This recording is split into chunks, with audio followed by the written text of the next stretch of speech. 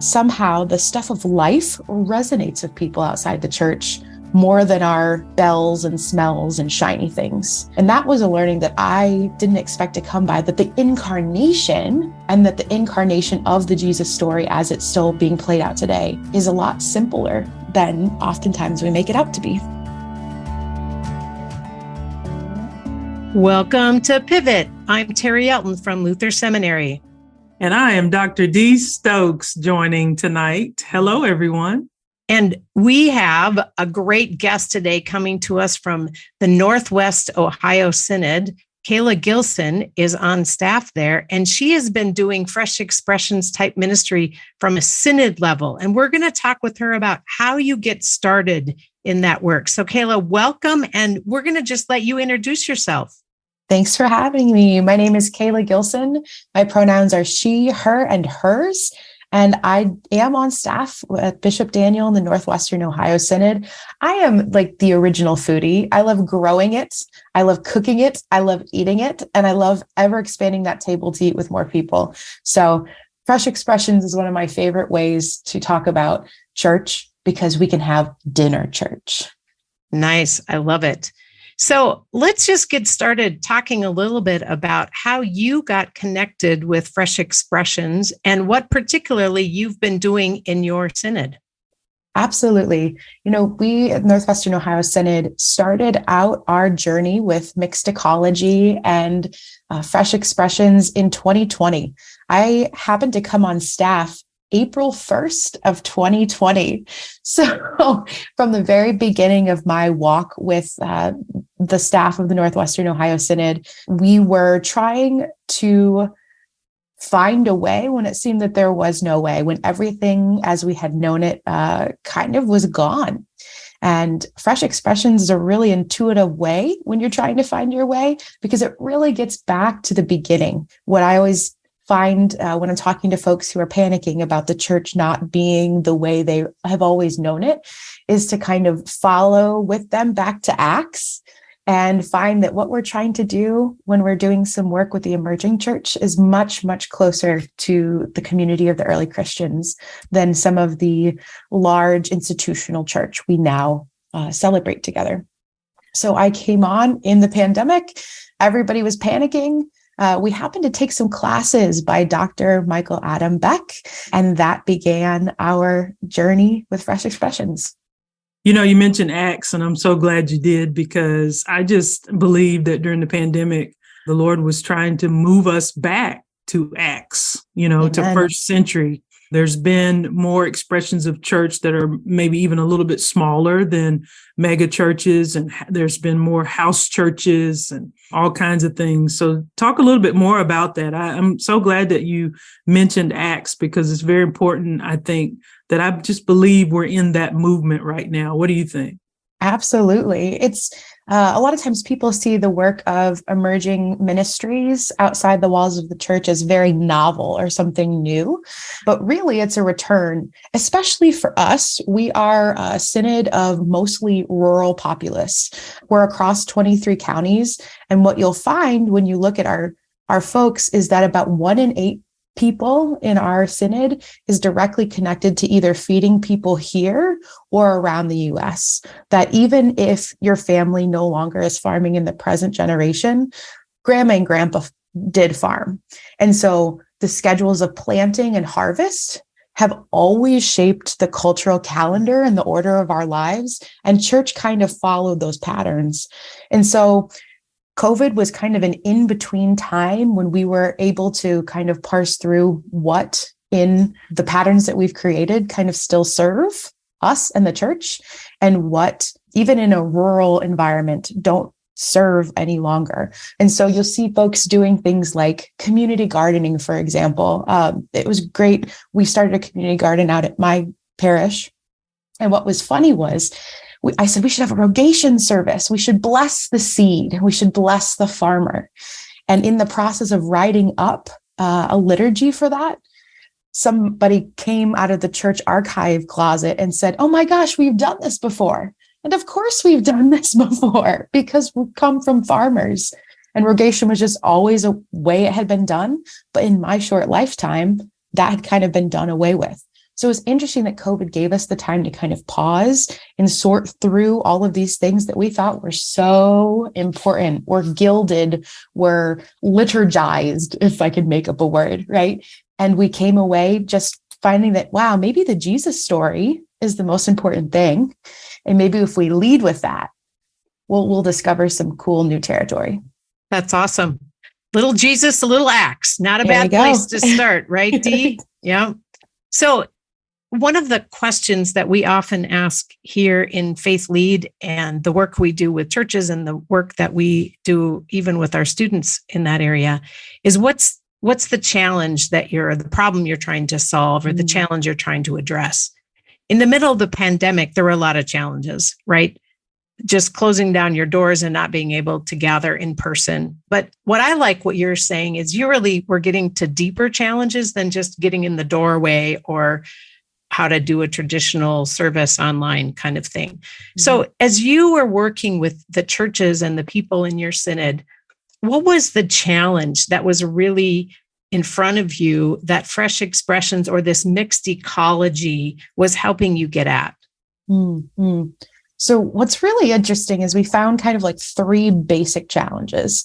The first is we asked all these pastors with so much theological training to jump in to a space, that being a secular space, where we assumed everyone had lots of connections. We assumed that we ran in circles, both secular and sacred, when the reality of that division, right, is kind of questionable because it's all sacred space. And so what we found when we encouraged folks to jump in and do a little bit of discovery about their neighborhood, do a little bit of work and practice around, prayer walking, for example, beyond their church building, we found that a lot of our pastors said, well, where am I supposed to start? Because I don't have any connections outside the church world.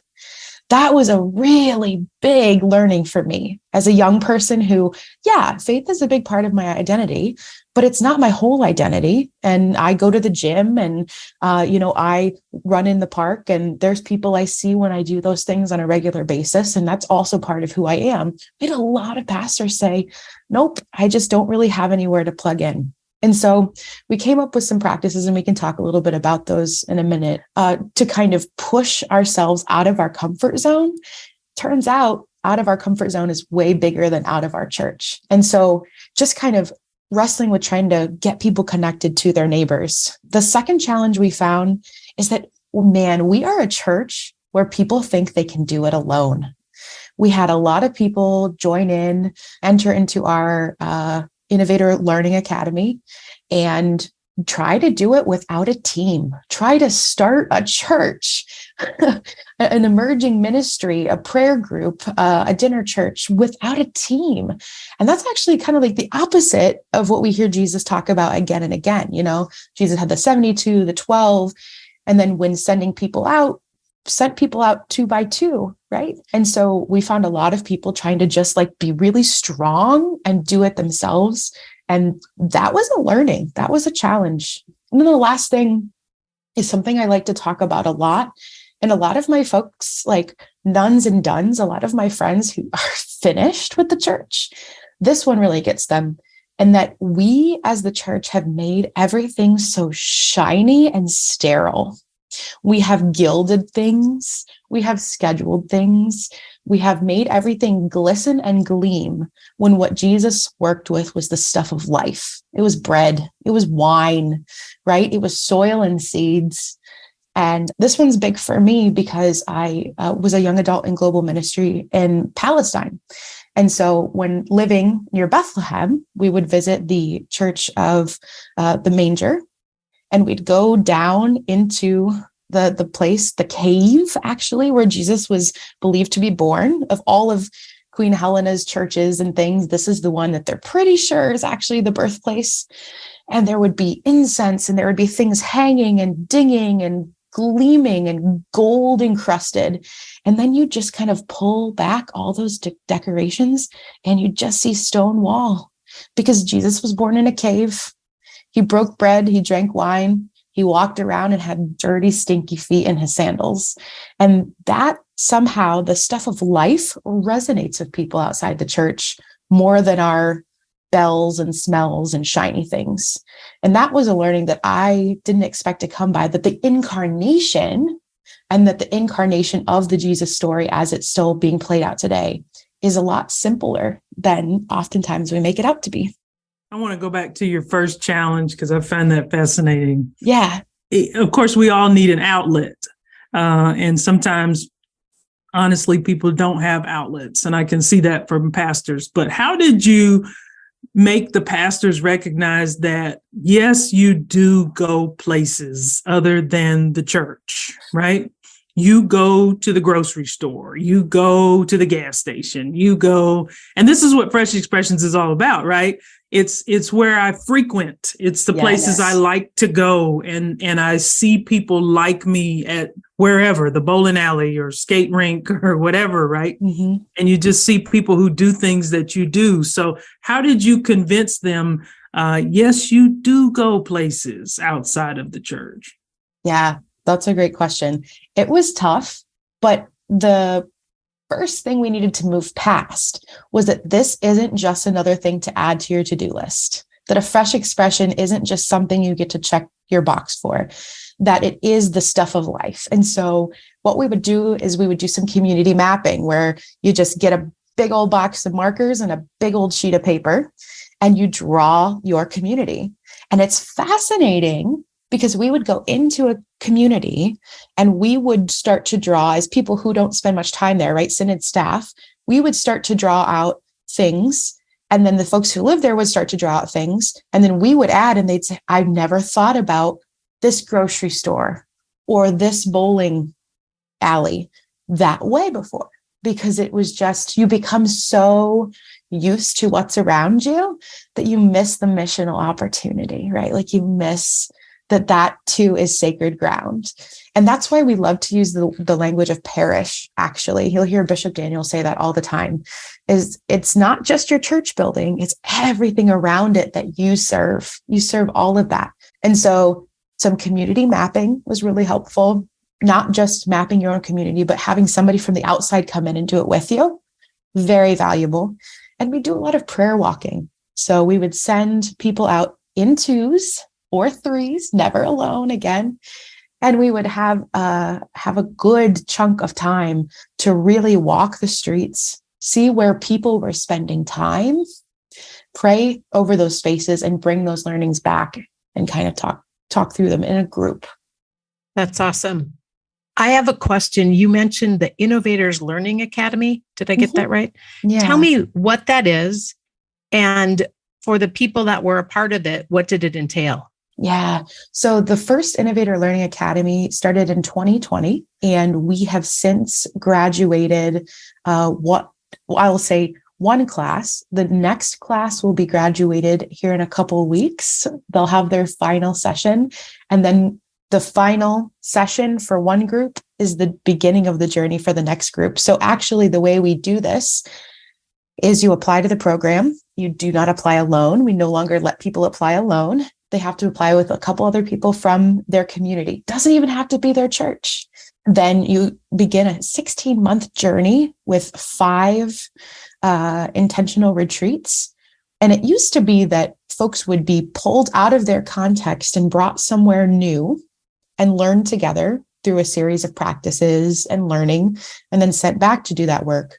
Actually, in this third iteration, what we're doing is we're going to actually send the teachers out to the context of the people. It'll be a little bit more of that opportunity for when you have a stranger come to your own community and you're prayer walking with somebody with fresh eyes, rather than practicing the skill of prayer walking and then taking it back, right? So we're going to be working with a couple different hubs around our synod where folks will gather regularly. And then in between those retreats where you do the learning, we had intentional coaching opportunities for folks to get on and kind of say, hey, I'm really stuck on this. And we'd kind of talk them through that. You were always welcome to reach out to anybody, whether it be, Michael having come and been with us for some time, or synod staff, or now what's really cool is because we have people who have gone through it, they're teaching it That's the model of discipleship that we love to celebrate, that when folks are coming to the end of their time, that final retreat for them, they teach the first retreat for the next group. And so you do have this beautiful cycle of discipleship that kind of is never ending then. It's also a free program, which is something that I think is really important to note. We started, this is so wild. We did our very first year-end ask in 2020. Bishop had asked that we raise $52,020, 52020, so that we could support this work that we felt we were being called to. And folks were amazingly generous and shared over $84,000 that propelled this work to begin. And then they've continued to give to it. So we've been able to maintain this academy pretty much for free for anybody who wants. They just have to get themselves to the retreats, which are within 2 hours drive, usually, for everybody. I love two things about what you just said about the model. I love I would call it a theology of abundance, where we're feeling called to this. We put out an ask, people give, right? And then the people on the ground get to kind of come in to share that piece. And then the sense of the building for scale or shaping a ministry that pretty soon the synod doesn't have to, they need to maybe do some organizational stuff, right? But it's not an expert driven, right? It's an equipping model with regard to that. I'm an ELCA person, Dee's not. And I'm just going to say, those are not two things that I hear everywhere in the ELCA, a theology of abundance and an equipping model. Yeah. What I want to ask is, how the heck did you get there, right? Was that already there? Did that happen in the time? Is there something you did? It's not something you hear a lot about, but it is something that Jesus talks a lot about. And so I think that kind of goes through the vision. So our mission statement is making disciples, equipping leaders, strengthening parishes, and nurturing new communities in Northwestern Ohio and the world, right? So the focus being that discipleship is kind of baked in, like it's how we operate or how we seek to operate, right? Because it's what we saw Jesus do. Part of this work started through what we called the discipleship initiative. And so we started out with that view of discipleship in mind, and then it kind of guided everything that we've sought to do. Yeah. Well, I'm not a part of the ELCA like Terri has said, but hey, I might want to get involved with that. Is that just for ELCA people or what? No, right now, we really welcome anybody with an interest and a passion. So please, Dr. Dee, come on over. Okay, that's really crazy. That is maybe the craziest EL thing. Anybody's welcome, right? No, I love that, right? Yeah. So tell me 3 stories or like, who are some examples of who might be a part of this and what did they come in thinking they were going to do? And then what happened?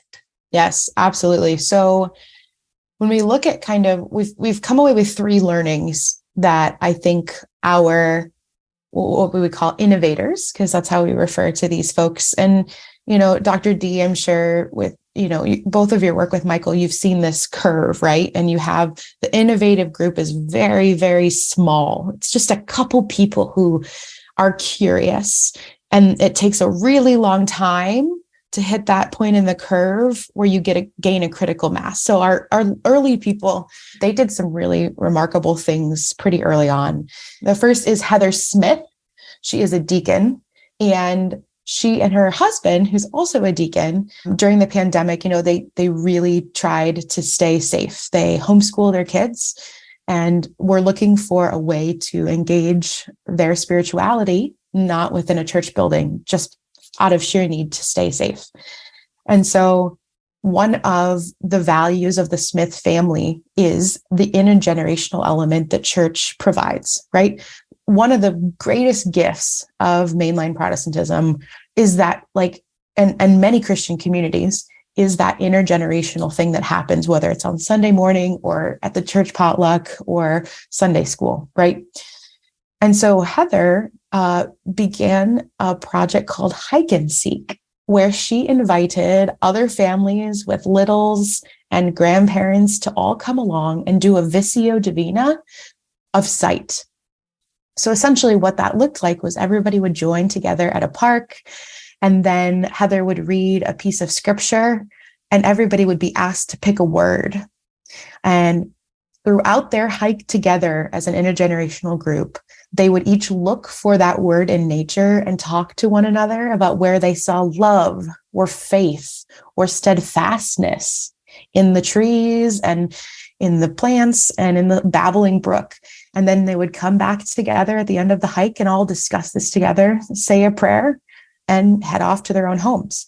It was a great opportunity to be outside, socially distanced, and have grandma and grandpa there next to little brother and mom and dad.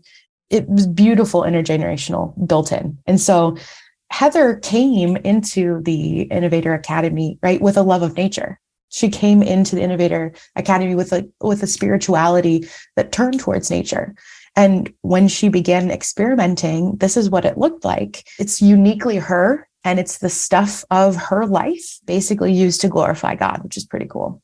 I love it. I love it. Thank you for that example. I just love the fact, if I may, for a moment, how God, whether he sent the pandemic or allowed it, I'm not going to get into theology with you, but how he's used it for his glory. And I love these stories. And a lot of, you're speaking our language. You're speaking incubator and accelerator. And, that's so seeds-ish, And so I'm over here grinning because a lot of this is what we do with the Seeds Project. And I love the piece where your folks give back to the next generation that is so Jesus and so biblical.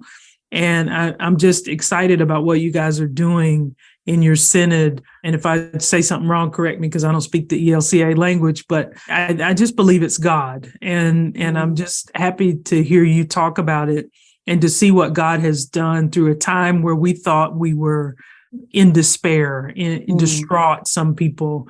God really has done a work with his church. And I'm excited about what I see. Thank you for what you do. And we bless what you do and want you to continue to do what you do. Oh, thank you so much. Absolutely. Big amen to all of that. Another kind of learning we came away from that first two cohorts, a lot of our folks thought you had to create something, that you had really to work really, really hard to make something happen. And just like Dr. Dee said, it is more about recognizing what God is already doing in your community and joining in on that beautiful dance of the Holy Spirit and what she's up to. So we have an innovator who she wasn't quite sure exactly where God might be calling her, but she kept thinking about the recovery community, given her experience with the recovery community. And so every time she was really wrestling with this, and she would come to retreat and say, it's still on my heart. It's still on my heart. But the pandemic, it's still causing all of these troubles of how do I get into the halfway house to help? How do I get to these young women in the halfway house to help them in their recovery? Well, pretty soon she got a phone call. She got a phone call from the halfway house, and it asked would she please come, regardless of the COVID, this is way later pandemic, the COVID restrictions, would she please come and spend time with the women, and would she please help them connect to a church? It was the exact thing she had been praying about and hemming and hawing and trying to get into for the last year. And so now she goes into the halfway house and spends time with the ladies doing art projects, because one of the asks that they had was, how could we decorate our space for Christmas? We don't have any money. And Vicki, with her amazing, amazing skills in craft and in art, she helped them decorate their space for Christmas. And so she's been able to kind of start to care for these women in a spiritual way. She introduced them to her church, which has an amazing online presence where the pastor is very intentional at interacting with the online participants.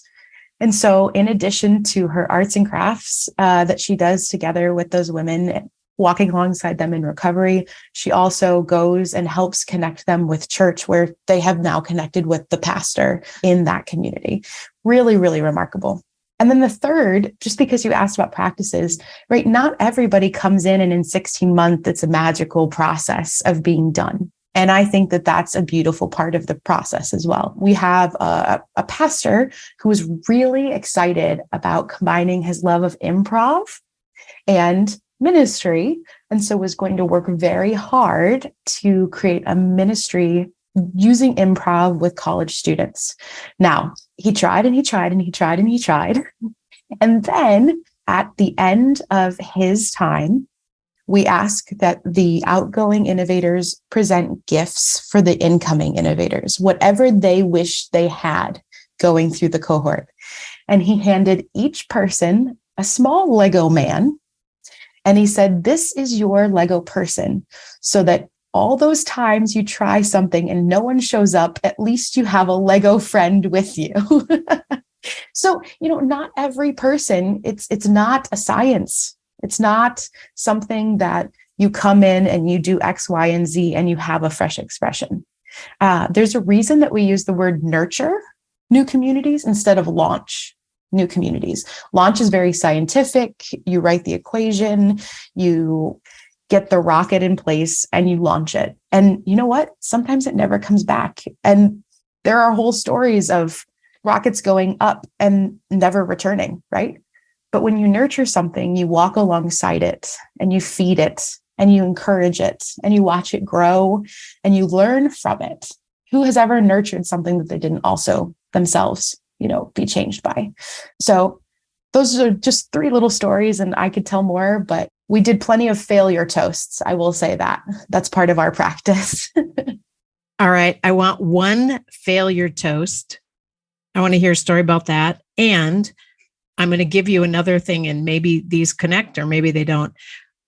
I imagine that some people think, oh, this is going to be awesome. Let's do fresh expression so we can grow our church, right? Or so people start coming to worship or something. Tell me how the established church or the current church members, the people maybe that weren't in these incubator groups working on these, how they saw this and what'd you do with that? And then a failure toast. Absolutely. So I will say we gathered at a brewery, actually, in one of our retreats, and everybody was sipping on their beverage of choice. And Michael called us all to attention and said, it is time for the failure toasts. And so we did take turns, and one person would stand up and they would say, this was my failing. It ranged from everything from, I didn't realize that I had scheduled the activity that I had planned for after all of the daycare children had already been picked up for the day. And everybody would toast them and say, here, here, and encourage them in their failure, because at least they tried. And isn't this valuable, even if each of us tried something and failed and realized that maybe it wasn't as scary as we thought, and then went back, thought through what happened, and then tried again, and maybe something else, God worked through that. So the failure toasts are kind of all over, and it depends on your crowd, but they're little learnings and they're big learnings, right? But I really think that your question here about fresh expressions being a strategy to fix or save the church is spot on, because somehow that is very easy to believe.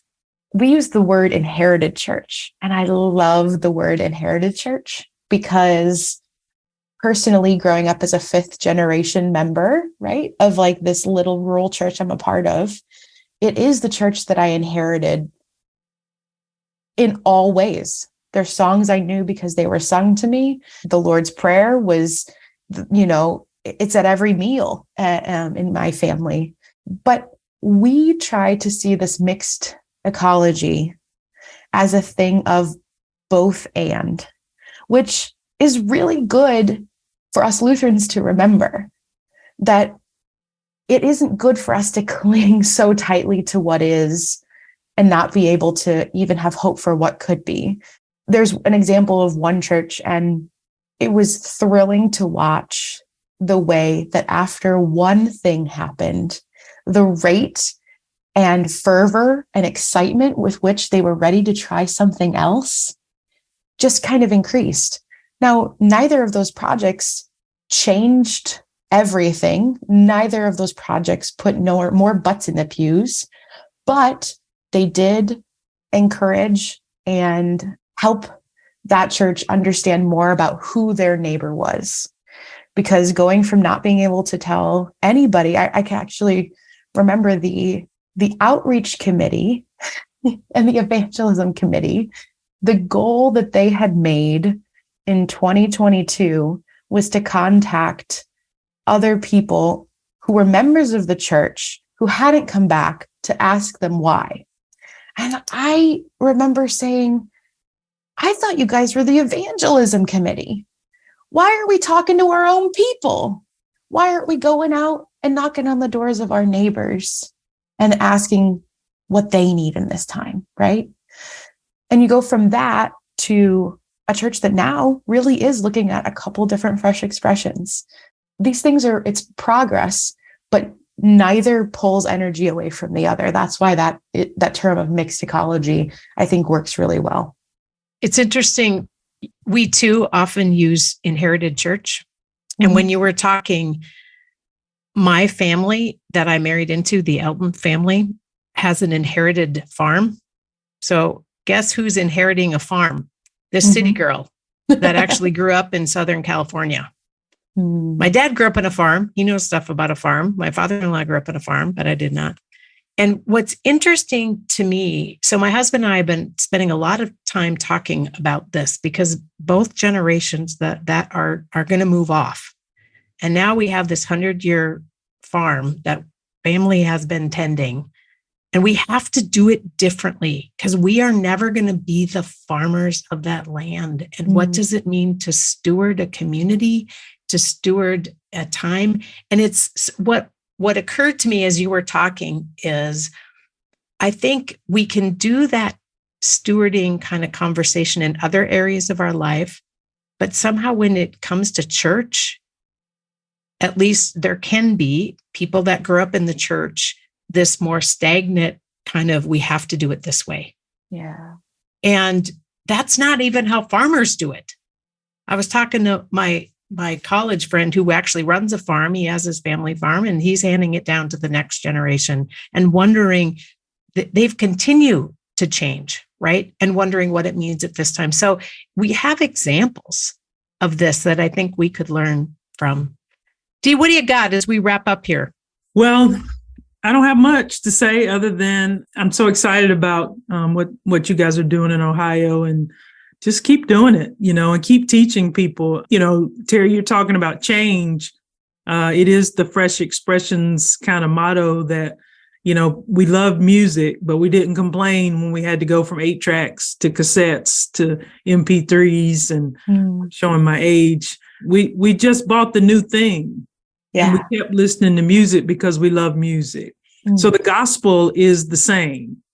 But the way we present the gospel has to change and has changed. And so we love the gospel. We just have to do it on Facebook sometimes instead of always doing it in the church, right? Or do it at dog park church, right? Or tattoo parlor church. And if I ever meet you, I'm going to show you my tattoo that I got down at Tattoo Parlor Church at Michael Beck's church one year. So thank you. That's really awesome. That's really awesome. The only other thing I'd say about failure, because you talked about innovation of all of this technology, right? And I mean, we know how many different iterations folks, scientists, tech developers have to go through to get the one thing that we then get into our hands, right? And how long they've been working at doing that.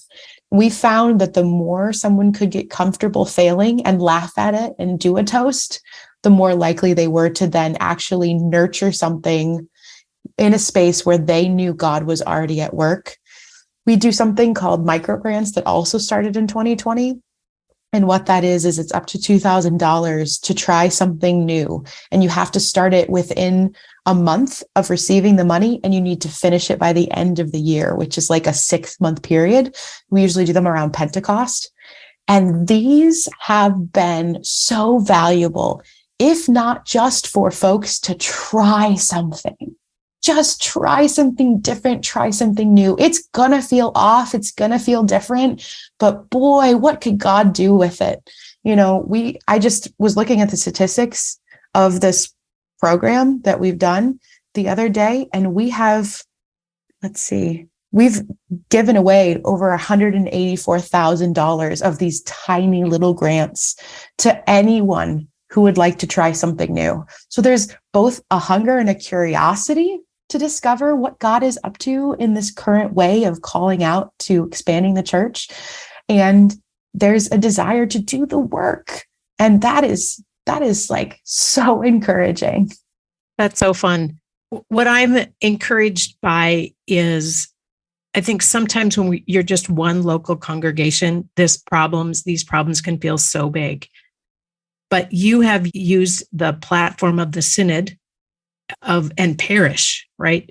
Rethinking, we're called to place, we're called to be a witness in this part of Ohio, and we're all assets. We're all witnesses to this gospel. So I'm leaving today. I think your 3 challenges are challenges we all can face. What does it mean to connect with neighbors in really authentic ways and even little ways? What does it mean to do it with the team, to partner, to collaborate, and maybe with crazy people that you hadn't thought about before?